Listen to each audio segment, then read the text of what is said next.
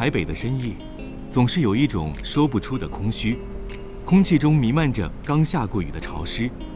凌晨11点43分，阿仁窝在房间，一如往常的滑着 YouTube， 准备找点剪辑教学，打发时间。哎，这个成功的音效好像看过了，这个3秒吸睛标题好像也不太好。忽然，一个缩图吸引了他注意，红黑调调的标题，配上一个正在燃烧的地图，上面写着7月5日，大地震将重击亚太，台湾、菲律宾、日本警戒。阿仁皱眉，这又是哪个预言家？他虽然嘴上这么说，手却诚实地点了进去。根据太平洋板块与欧亚板块的活动趋势，